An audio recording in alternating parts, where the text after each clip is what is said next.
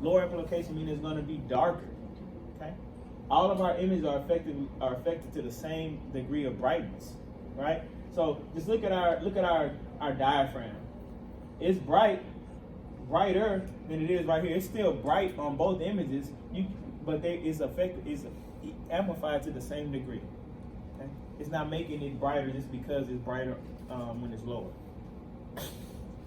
Okay, this does not affect the signal to the noise ratio, because it's going to affect, why? Because all signals are being amplified equally.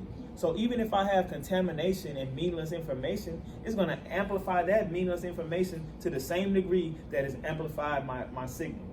Okay, the meaningful information. So then there is no ratio. There is no ratio then?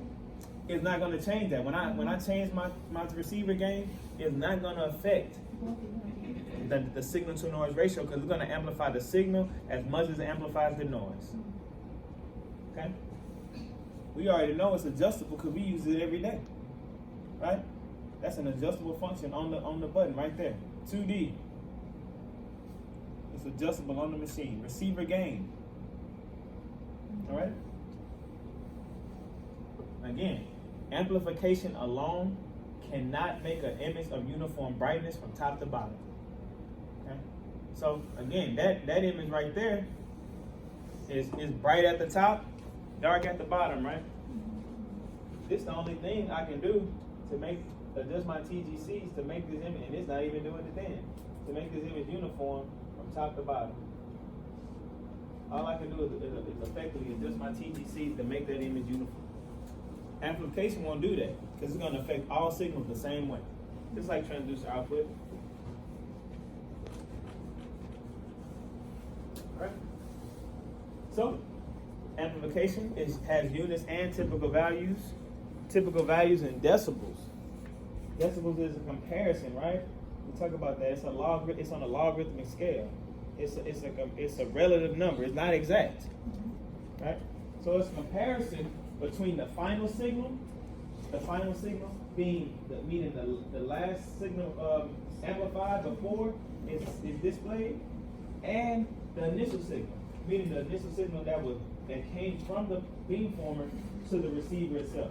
It's a comparison between those, as it entered the receiver and as it left the receiver. Okay?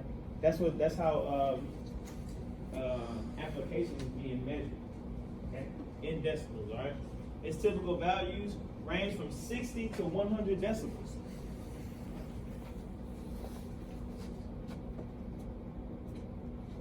Not on this machine, but on the G Logic, you can change it. You can change the decibels on it. Okay. So there's also a process called pre-amplification, guys. Pre-amplification. It's the process of improving the quality of the signal before it is amplified. This occurs in the transducer. The transducer automatically does this function. Okay, pre-amplification. It's automatically going to amplify these signals.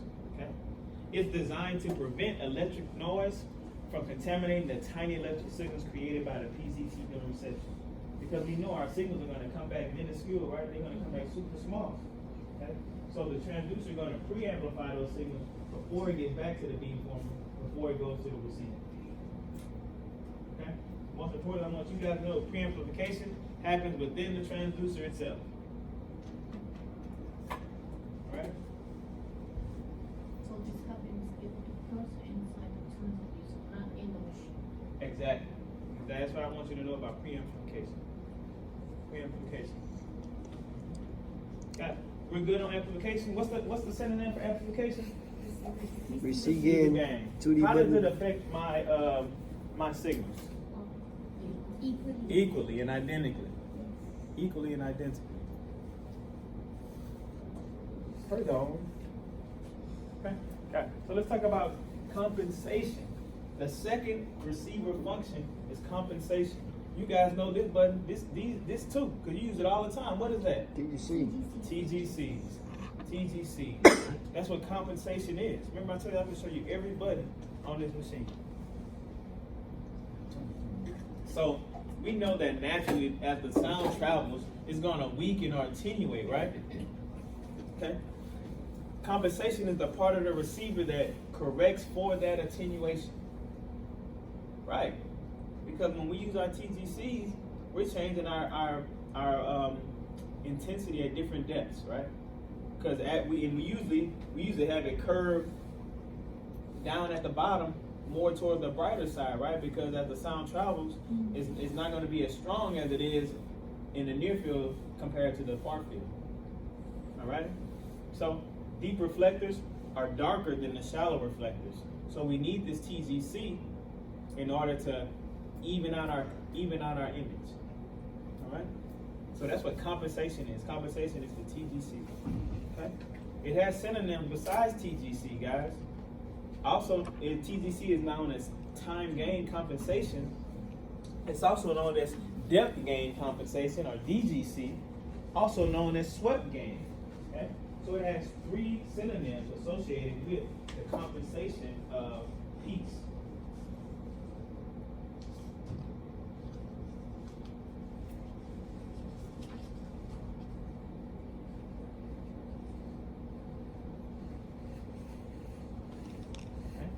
TGC, DGC, swept gain. Swept gain. Alright? The effects that compensation has on the image is it can create an image that is uniformly bright from top to bottom. Right? Like I just showed you. Like I just did. I can turn down my signals in the near field to even it out with my signals in the far field. Right? Now I have a somewhat uniform image.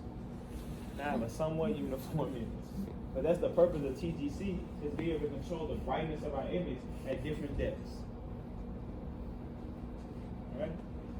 And of course, it is adjustable by the sonographer. We adjust this button every day. We use our receiver gain and we use our TGC every single day. I hope you guys use it every day. Especially when I see that third pitch on the liver, and I see it all bright at the end in the near field and dark in the far field. Now that we know what it is, I'm banging you if I don't see you using this right here. Next, don't see me no come with a dark liver. Give it to Patel. Okay. Okay. So, here's our effect on the image as well. You see right here, we have it as the sound attenuates, as it travels deeper into the body. You can see that we're missing information right here. It's so dark. Okay, they compensated with the compensation part of the receiver, right? They turned up the TGCs in these different depths.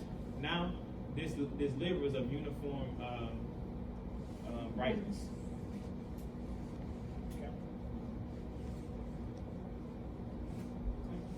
It's also has units of decibels. Also has units of decibels. It's a form of variable amplification, right? Because it's not gonna amplify equally and identically, right? And it's variable because I can go to change from dark to light on different levels.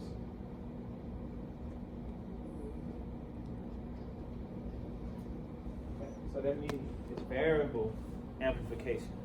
I can't just hit one button, it's gonna change everything. I'm controlling my amplification at different depths.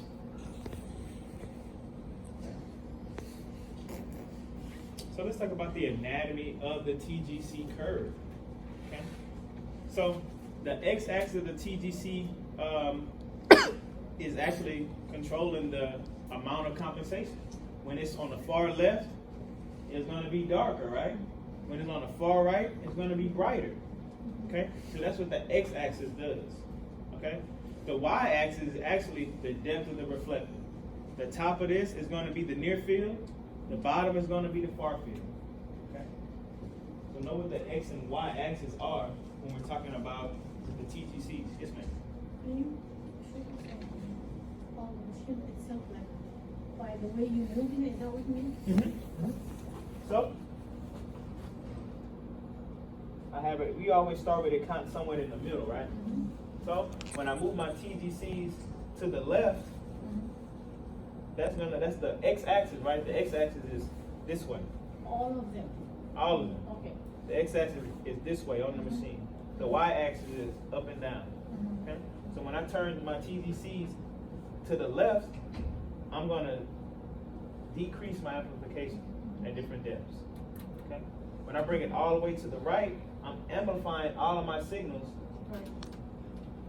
at different depths. But the thing about this one is, I'm also amplifying. When I do it that way, I'm working just like receiver gain, right? Because I'm amplifying all the signals equally and identically. But the TGC doesn't. You don't have to do it that way. I can just turn those down, turn the bottom up, like that. Okay. How many buttons is in there? Like, It changes depending on the machine. oh, Okay. And as you see now, it doesn't always have buttons. Now they have those digital TGCs, right? Have y'all seen those? Don't they have those in NFL? Those digital No. TGCs where it's not. They're moving, the ones that you moving like that. I just. Mine, where they at? Yeah. They have them, right? Yeah, they have them. They have them somewhere. Okay. And then the y-axis, Uber, is just controlling the near field at the top, the far field on the bottom. So you separate them, like you take some to the left, some to the right, to make Can. it Y and I'm just telling you what it does. mhm. I wouldn't necessarily do that. I wouldn't separate them. Cause I need to look at my image first to determine how do I need to adjust my TGC. Okay? I'm just telling you what the Y and X axis mean. Okay? So the X axis is controlling the strength of the reflection, okay, or the strength of amplification, or compensation, and the Y axis is where the depth of the reflector is controlled. Okay? The number of buttons on the machine, that can vary depending on the machine. There's no set number to that. But let's talk about the anatomy of this TGC curve. It's important, guys. You have to know this. You do have to know this. All right? So, the near gain is at superficial depths. Okay? Right? The near gain is at superficial depths. Look where it is. It's at the far left. Okay? Reflections undergo a small, constant amount of compensation. All right? That's what the near gain is. All right? We have the delay. This is the depth where variable compensation begins. Okay? So it starts at the delay, but this is right about here. This is where we're beginning to be able to change our compensation level. Okay? Then we have the delay. I'm sorry. Then we have the slope. See our slope right here, guys? Our slope is compensation corrects for the effects of increasing attenuation along this depth. Along that depth. Okay. All the way across. That's usually how we have our things set up, right? Just like this, right? We have it on that little curve because as it goes deeper, we need to have, for compensation, we need to move our TGCs to the right. Okay. Then we have our knee. That is the depth where reflections are maximally compensated. That's at the max. I can't compensate anymore. That's why it's important, guys, when you're using your TGCs, like say for instance, like I got all the way to this side, and now I can't do anything. Y'all ever been in that situation where, man, I can't brighten my image in the far field anymore? That never happened to you guys? And you like, man, what can I do? So something I do is I would just bring my TGCs back to the middle, and because this machine has eye scan, I would already push eye scan. Eye scan is gonna make our give us optimal gain or optimal degree of brightness when I hit eye scan. Bring it back to the middle, or if I know I need to compensate to make it brighter, I'll even bring it all the way to this side. Eye scan, then I'll adjust my overall gain before I adjust my TGCs in the far field. So I have more room.